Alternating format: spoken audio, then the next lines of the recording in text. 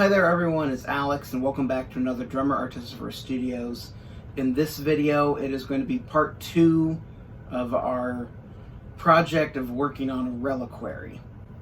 So in this video, I'm going to show you some basic techniques for building three-dimensional objects out of cardboard and foam core. So the first thing that I want to go over is some essential tools you're going to need to do this. One of which is going to be some form of a cutting surface. In this case, I have a cutting mat that I picked up at Joann Fabrics. They vary in sizes and prices, so it all depends on what you want to get for what you're going to end up using. If you have a scrap piece of wood or some form of a surface you don't care about getting cut up, that's completely fine to use. This is just what I use when doing stuff like this. Another item that you're definitely going to want to have is some form of a knife. This is just an extendable razor knife I picked up at Home Depot. I think I got it a 3-pack for about $2-3. They are replaceable blades, so you can get a little packet of extra blades, or you can have some form of a knife sharpener and you can sharpen the blades so that you don't have to keep replacing them or snapping them off when the tip gets dull. It is completely personal preference. When I started working with EVA foam, I started sharpening it so I don't have to go through so many blades, and I have found that works very well. Another item you're definitely going to want to have is some form of a ruler. So the two that I have here are both metal. The difference is one is a little bit thicker than the other one, and one of them has a piece of cork that's been glued to the back. The cork will make it so that when you press it against the surface, it will have a little bit more grip so it won't slip around on you as much, which can be a good thing when trying to use it as a cutting guide. The other thing that you'll want to use, or have, I should say, when working with the cardboard and foam is a way of attaching the boards together. You can use glues. Elmer's glue can work, though it tends to buckle the material a little bit. You can also use hot glue and super glue. So I have my hot glue gun right here, and then I have a whole bunch of different types of super glues right here. You can also do it using tape. Most of the time when I work with the cardboard, I like to use masking tape because I tend to just finish the entire thing by coating it in masking tape so you can still kind of see the construction of the cardboard, but the tape will still hold it all together. The masking tape will also allow you to easily go and paper mache over the object if you want to, so that you can have a uniform, smooth surface. So if you guys have your stuff, let's go ahead and get started on building some objects. Okay, so let's look at what kind of shape that we want to build. So the reliquary is some form of a vessel or a container to hold an object. So a box, you might think, will be the simplest thing that you want to use, just a simple rectangular or square box. To start this, I'm just using the flaps that were on the box so that I already know I have some nice square corners on it. I just now have to cut the length to what I need, and I'll be good. So I'm going to begin by, from my straight edge here, measuring whatever distance I want coming off of that edge. Now, as you can see, my cutting mat has measurements on it, but since I know not all of you will have that, I'm just going to do it using my ruler. So I'll do this at a 4-inch wall. So I mark either side of the board, put the ruler up against it, and now, using my knife, I'm just going to cut right along the edge of the ruler, trying to be careful to keep the knife at a 90-degree angle to the ruler. This is where you have to really pay attention to what you're doing, because as you can see, this knife is going to be passing very close to my fingers. If you start doing this too quickly or too impatiently, it's possible you might be holding the ruler like this without realizing it, and as you go to drag it along, you will hit your finger. So you need to be careful. The other thing is not to try and cut through in one pass. You want to do multiple passes so that each one slightly cuts through the cardboard. to get a nice, clean, even, straight cut. If you try to do it all in a single pass, what often happens is you end up having a ripped, torn edge from it trying to force through too much, and that's also when you end up putting too much pressure into your cut, and you'll get to the end where there's no resistance, and suddenly the blade will skip off the table, and you have a tendency of cutting yourself in doing that. So be safe, be careful, do it in multiple passes. It's the smartest way to do it.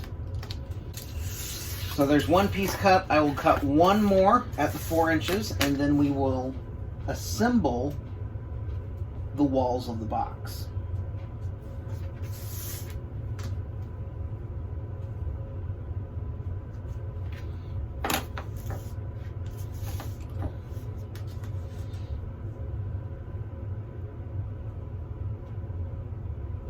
Again, I'm lining up my ruler. Careful where my hands are. There's one pass. There's 2. And I do a little bit of a third there on the end where it starts. But now I've got 2 pieces that are both 4 inches tall. So, let's build the box. I'm going to grab another piece of the cardboard here, and that will be the bottom. So I can simply just go and do that, but I should probably decide what shape I want the bottom to be. So in this case, I don't necessarily want a box that's going to be that size. So let's cut this down a little bit. Let's say we wanted to look something almost like a triptych. If you don't know what a triptych is, it's another religious piece of artwork that, think of a dartboard cabinet. When you open it up, the front of the cabinet unfolds like this, and now you have an image on all 3 sides. So that is a triptych. So maybe we want to have something that will be about that tall. So let's say 9 inches. Because I'm making this all up as I go. And I'll go 9 inches over here.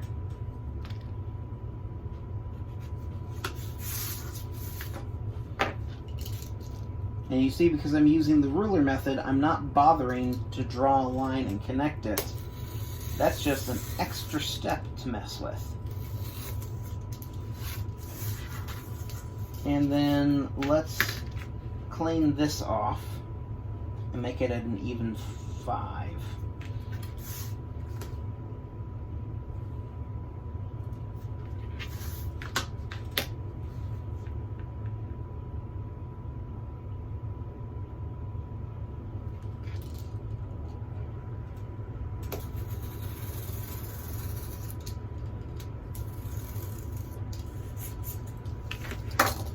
Okay, so now I have a 5 by 9 inch flat plate that will end up being the back of my piece.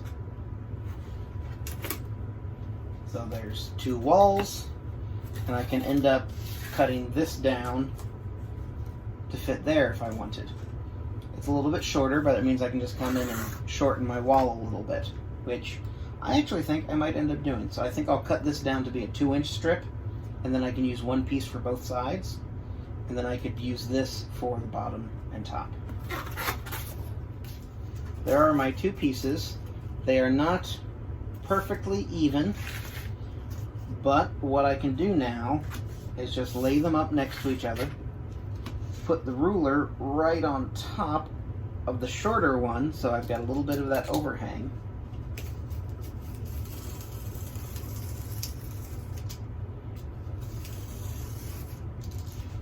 And just clean it up a little bit. It might not end up giving you a perfectly cut edge, but it'll be good enough to work.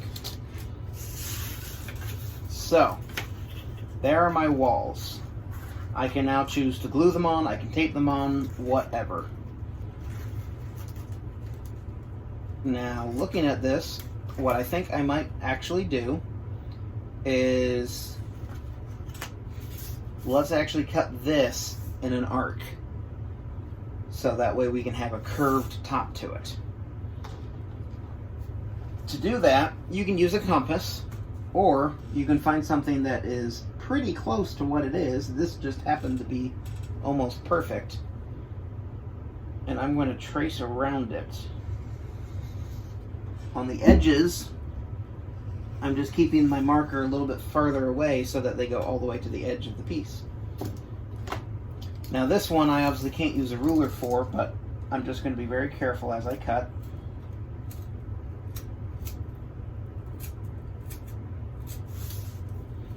Again, I'm trying not to do it in a single pass.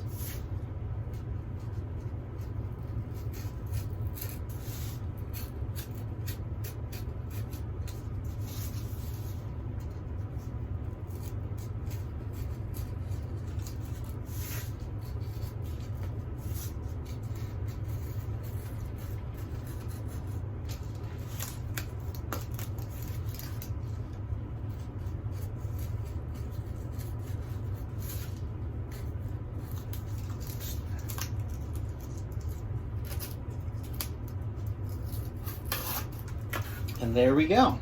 We now have a curved top to our box.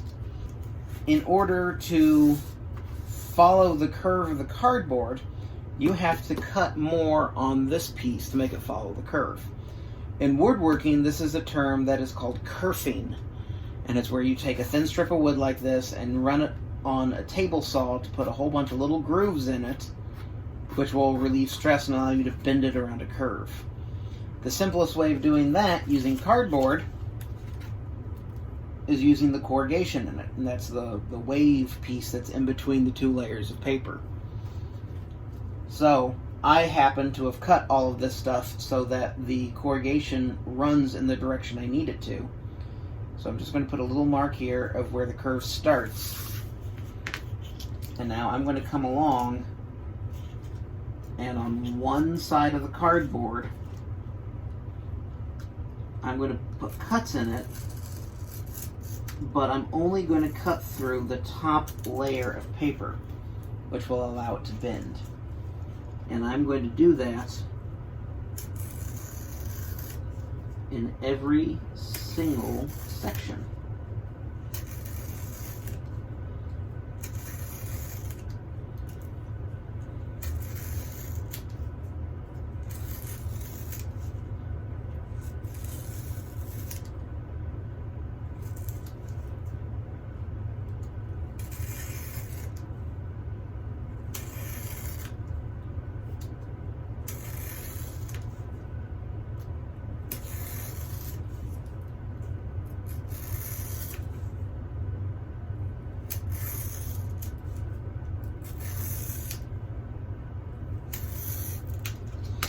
So now I can just run my finger along it like that, and you can see how it curves.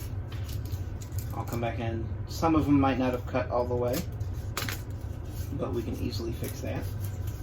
So now, when I go and put this up against my base, I've got a nice even curve in the cardboard. So to start, I'm going to take just a strip of the tape and put it on what is the back of my base, and then flip it back over. I'm now going to take the wall and I'm setting it on top of the piece, and I'm going to fold it up.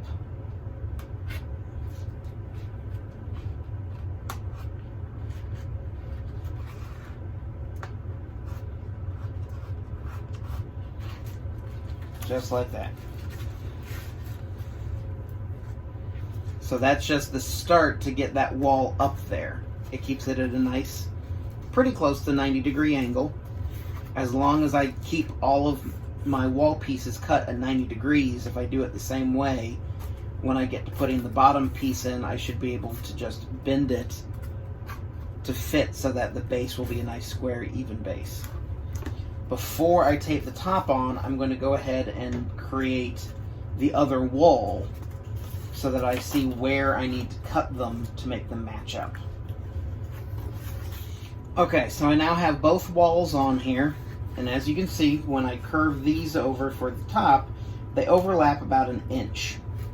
So what I'm actually going to do is end up cutting, looks like 2 sections off of each one, which will make it meet almost exactly in the middle.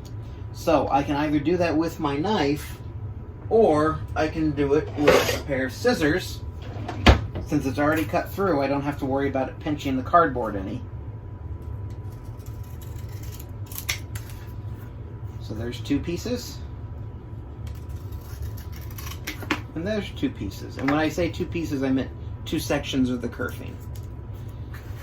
So now, those meet up, and it's not exactly the pattern I had on the edge, but it's pretty close, so that I could come back in and trim it to make it fit.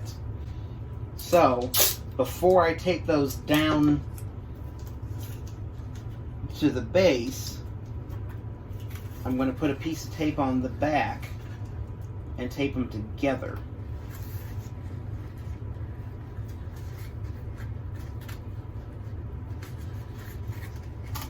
And I put enough on so it can wrap over onto the top of it, because that allows me to get it to a nice even curve, so I know where I have to trim along the top. So there we have it. We have our peak cut into the base. So now I will do the same thing here. I'm going to start from the back and wrap around to the front. This will just be in different methods, because I can't exactly put this along the curve and get it to fold. So I will be putting it this way and then bending it up to the front. Just like that. So I started with the middle, because now I can get to the middle of this piece, make it fit the curve, and put a piece over, and do that. And each time I'll just put it on the middle of where the last piece was. So when I put this piece on, I'll do here and here. That way I can keep a nice constant even curve all the way around.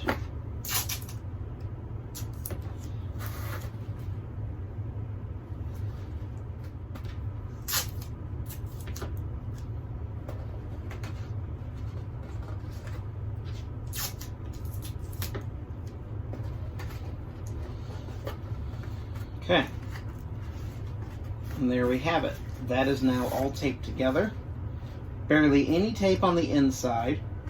So, if you wanted to create this in such a way that the entire inside of the box was purely cardboard, with nothing showing how it was put together, this would be pretty close. The only part of tape that's in it right now is the section where I put it together. But if you were able to cut a strip of cardboard long enough that it would have curved all the way around, you could have built the walls in a single piece for that curve. You would just put it up into the edge here, mark where it was, put enough kerf line so that it will curve over, and then do that section. So it would be possible to do that from a single piece. So now we just have to cut the base of it. We know it is 5 inches by 2 inches. So I'm going to use the piece that was the cutoff from the bottom, make that into a 5 by 2 piece that we will just put right up on there. So there's my 5 by 2 inch bottom. And then we'll go right on there.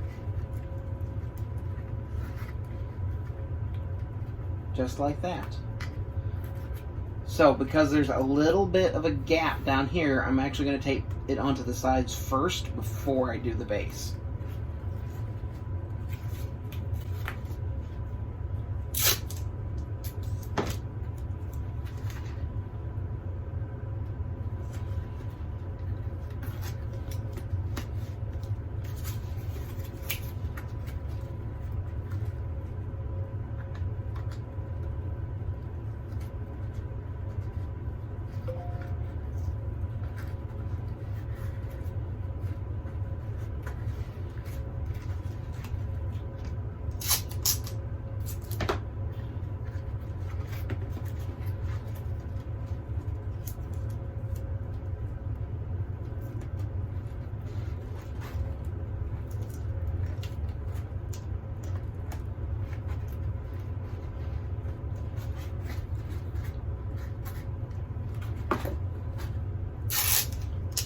sides, so now the bottom.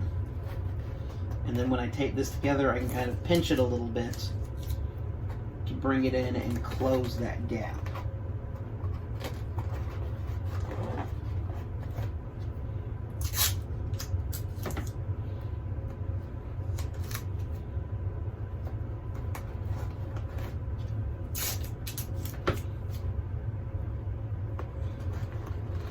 There we have it. We now have a nice curved window piece box that we could build a little shelf in here, or this would be large enough that if you wanted to have like an action figure or a doll or something in there, it could be standing on a little perch. So there's a rather simple box construction using cardboard.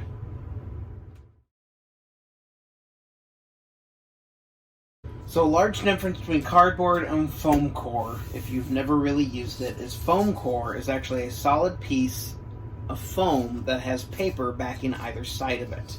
So it's a bit more rigid than cardboard is, but it also snaps a little bit, I should say.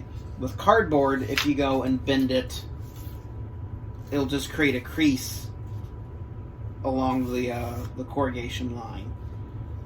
But it can still be usable. You can actually use that to shape the cardboard into a bit of a curve. With the foam core, if you try to bend it, it doesn't really do that. It just pinches the board and doesn't look too good. But an advantage to the foam core over cardboard is it's better for making complex shapes out of, and it's better for making clean edges. So I have a 2-inch strip of foam core here, and what I'm going to do is simply build a nice little box, but I'm going to do it so that it has clean mitered edges, and on the foam core I'm going to use glue to put it together instead of the tape. So what do I mean by mitered edges? A mitered edge, I'll use this to draw on, is if this is the foam core looking on it this way, the mitered edge is you put a 45-degree cut on the edges like that, so that when you bring the next piece in, it nestles perfectly and you get a nice clean 90-degree angle here.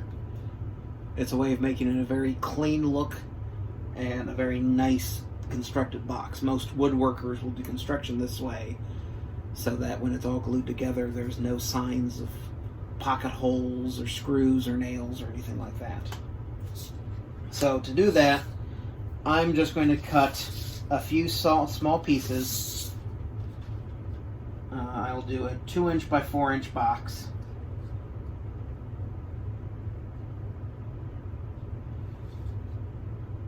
And this one is just going to be square. You can still do kerfing with the foam core.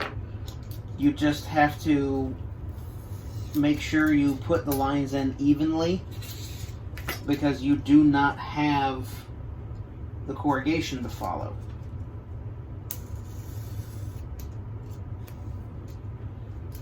So as you can see there, I actually just used the last piece to cut the second one. And I'll do that again because that will form the bottom. And I'll do it one more time because that will now form the two ends of my piece. So now I'll just take one of these and cut it in half.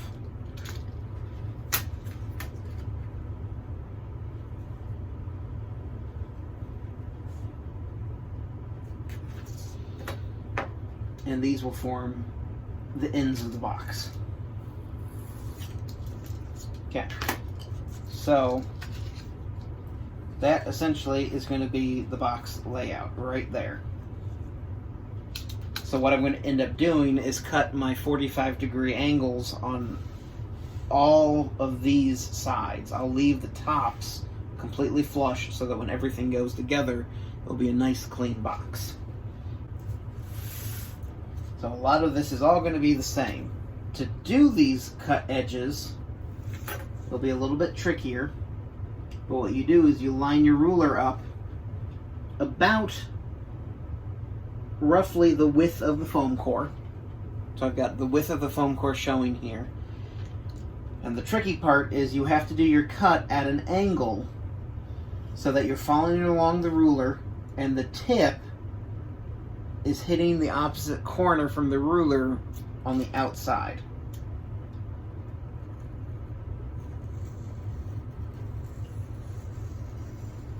Again, like the cardboard, I'm doing this in multiple passes.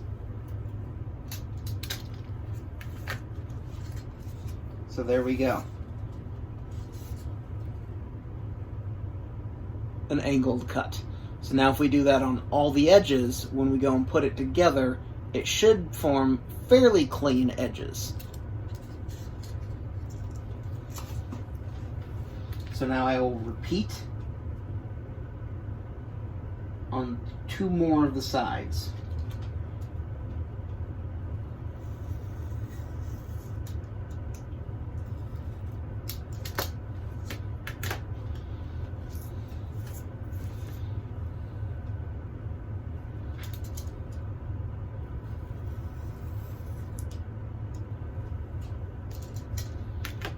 Okay, so I now have a piece of foam core that has a 45-degree cut on 3 of the sides. That will form one of the sides of the box. So when I get all of them together, it'll be easy for it to be pasted together. So now I'm just going to sit down and do it to the rest of them. Okay, so I now have all of my pieces cut with their edges on them, so that I'll be able to go and fold them up and it will create nice clean lines.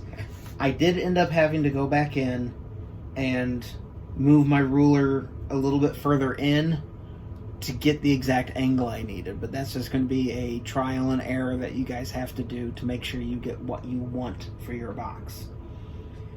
So there are multiple ways you could do this. If you're careful peeling the tape off, a very good way of doing it is actually to flip everything over so that the outside of the box is facing up. You can then take small pieces of masking tape and actually tape the pieces together. You put them so they're just touching, and I'm pressing the tape down but not really squishing it to adhere it because I want to be able to remove the tape once I'm done.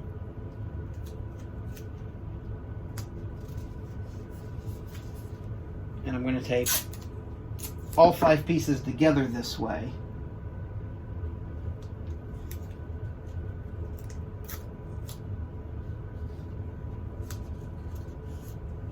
So that it's now a single piece.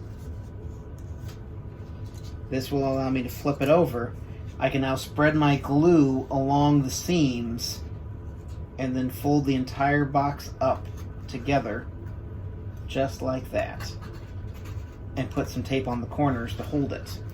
Once the glue is dry, I can then remove the tape and I've got my clean box. So that is what I'm actually going to do. And I'm going to use my hot glue gun, and I just have to be careful not to put too much glue in each of those because I don't want it to completely overflow.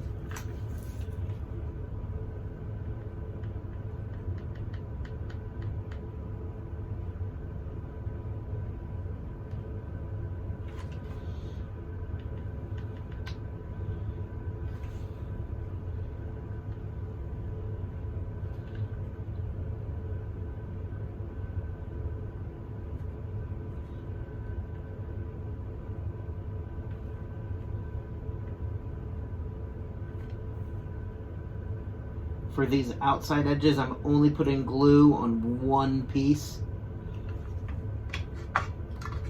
since when I fold it up, it will then have all the glue I need on it.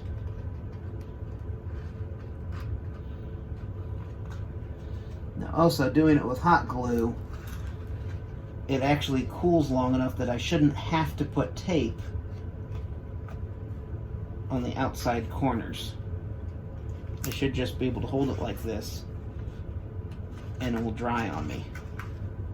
Now if you're using something like super glue or Elmer's glue, yeah, you'll probably want to have a little bit more support and time to wait for it to dry.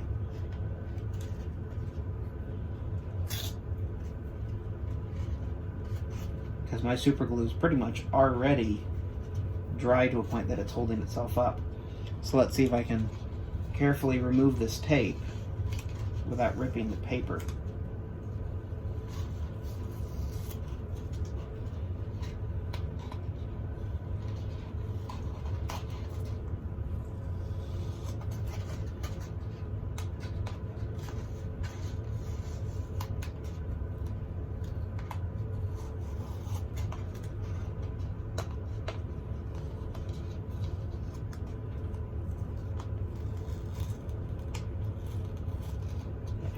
So I had a little bit of ripping here and there, but all in all, it worked very well. And that is a very, very nice, clean, edged box. So you'd be able to do that in all sorts of sizes to be able to have a nice, clean, even box. Now, it is a little rough in spots, but that's something that if you wanted to come back in with a little bit of sandpaper and just hit the edges like this, it will just smooth over that paper layer enough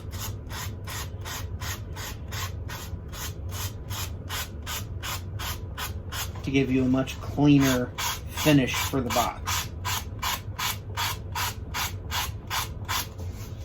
This will work with the foam core, but not the cardboard, since the foam core is a solid piece. With the cardboard having the corrugation in it, it won't really sand.